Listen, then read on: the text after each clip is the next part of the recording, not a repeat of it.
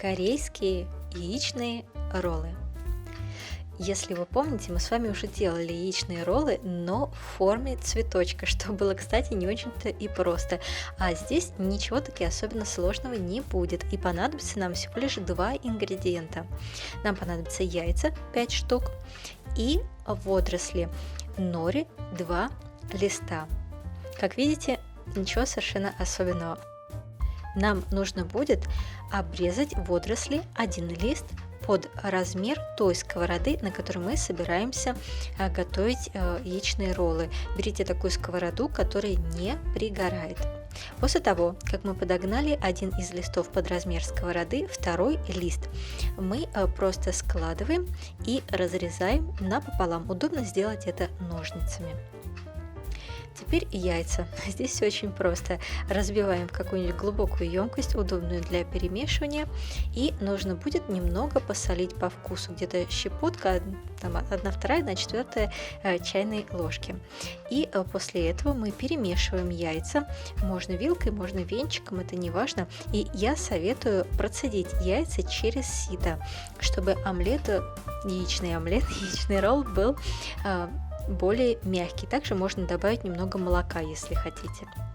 Теперь мы нагреваем сковороду и наносим на нее растительное масло для жарки.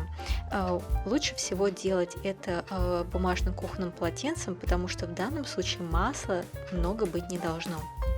Как только сковорода и масло нагрелись, мы заливаем порцию яичной массы и распределяем ее равномерно по сковороде, чтобы у нас получился такой своеобразный блин.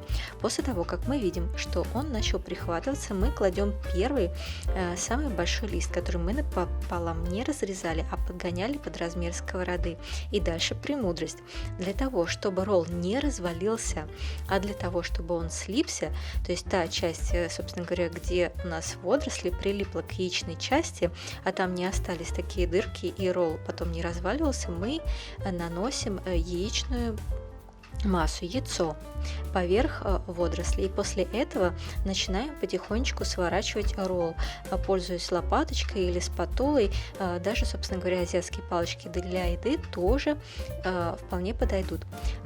Жарим мы ролл желательно на очень слабом огне, чтобы мы ничего не сожгли. Потом, когда приноровитесь, можете перейти и на средний огонь, но лучше все-таки делать это на малом огне.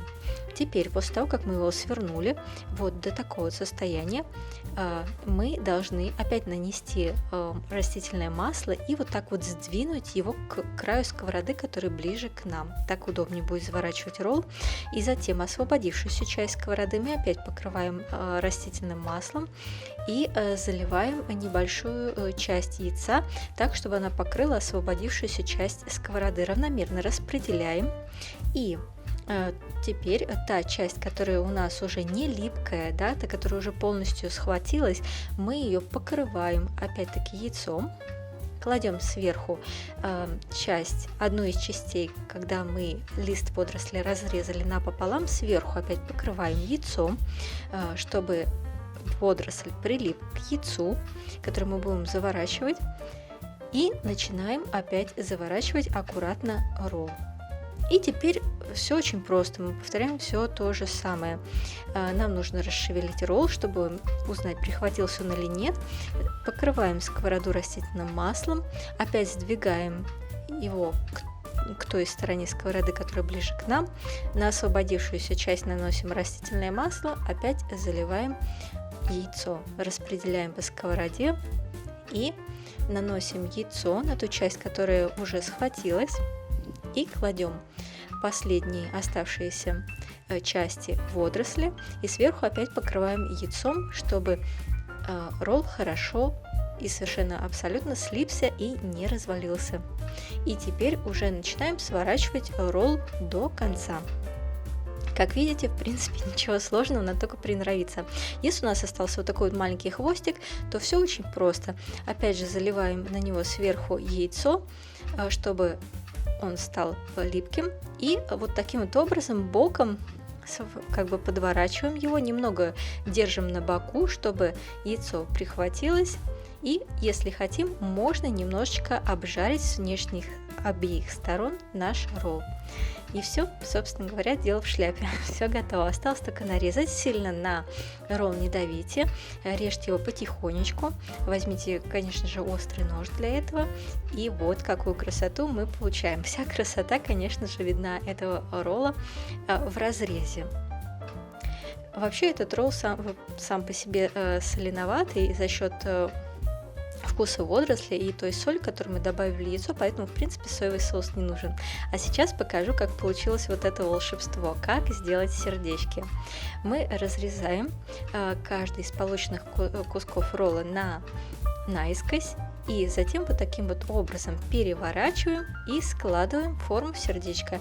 Остается только закрепить это зубочисткой. Очень удобно для, когда к вам приходят гости или у вас какая-то, можно так сказать, вечеринка. Ну, в общем, выглядит это красиво, и сделать это совершенно абсолютно несложно. Так что попробуйте, это только выглядит очень сложно, а на самом деле все очень просто. Вы можете есть это с кетчупом и с майонезом, и опять-таки взять соевый соус, если вам недостаточно солено, но мне, в принципе, они нравятся и так, без всяких соусов-диппингов. Надеюсь, вам было интересно. Лайкайте, подписывайтесь, поделитесь этим видео с тем, кому это может быть интересно, и приятного вам аппетита!